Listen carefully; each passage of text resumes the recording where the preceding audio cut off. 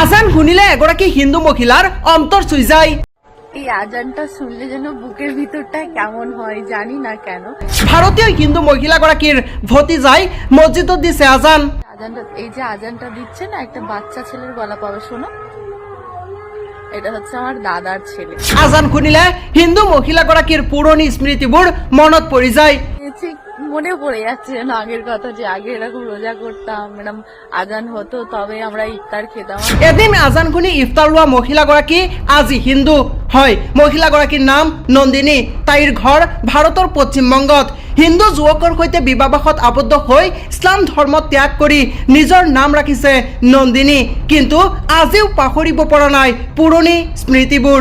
আজিও মুছলমানৰ আজান শুনিলে পুৰণি স্মৃতিবোৰ মনত পৰি যায় মহিলাগৰাকীৰ। কেৱল আৱেগৰ ফলত হিন্দু ধৰ্ম গ্ৰহণ কৰিছে যদিও পূৰ্বে আজান দিলে ইফতাৰ লোৱা, চেহেৰি খোৱা, লগতে ৰমজানৰ ৰোজাও ৰাখিছিল মহিলাগৰাকীয়ে।